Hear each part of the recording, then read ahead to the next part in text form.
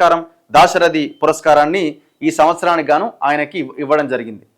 ఆ ఫోటో ఒక్కసారి మనం చూడొచ్చు. ట్యాంక్ బండ్ పైన దాశరథి విగ్రహం అంటున్నారు, ట్యాంక్ బండ్ పైన గద్దర్ విగ్రహం అడుగుతున్నారు, ట్యాంక్ బండ్ పైన ఇవన్న వెనకాల ఉన్న ముచ్చర్ల సత్యనారాయణ గారి విగ్రహం అడుగుతున్నారు. ట్యాంక్ బండ్ పైన ఇంకా ఎంతో మంది తెలంగాణ కోసం పోరాటం చేసిన మహనీయులు, ముఖ్యంగా ఎస్సీ ఎస్టీ బీసీలకు చెందిన ఈ బలహీన వర్గాల నాయకుల విగ్రహాలు అడుగుతున్నారు.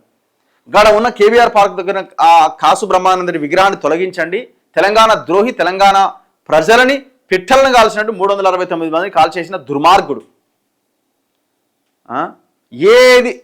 ఏముండదు ఇక్కడ. సింపుల్ ఏంటంటే వీళ్ళకి వర్గ ఆలోచనలతో నిర్ణయాలు ఉంటాయి. ఏదేమైనా వర్గ ఆలోచనలతో నిర్ణయాలు ఉంటాయి. ఆయన గొప్ప కవి ఎవరు కాదనట్లేదు, మహానుభావుడు ఎవరు కాదనట్లేదు, ఆయన విగ్రహం ఎవరు పెట్టొద్దు అనట్లేదు. మరి ఇదే ఆలోచన మిగతా ఈ బలహీన వర్గాల నాయకుల మీద, మహానుభావుల మీద ఎందుకు ఆ ఆలోచన వైఖరి మీకు ఉండదు? గద్దర్కి 3 ఎకరాలు కేటాయిస్తామని హామీ ఇచ్చి ఇంతవరకు ఆ 1 ఎకరా కేటాయిస్తామని ఆ 1 ఎకరా కూడా ఏడుందో చూపిస్తలేరు. ఇంత ఘోరంగా తయారయ్యారు మీరు. 3 కోట్లు ఇస్తామని ₹1 కోటి ఇచ్చినట్టున్నారు. 3 ఇచ్చిరా, ప్రకటించినట్టున్నారు, ఇంక ఇవ్వలేదేమో.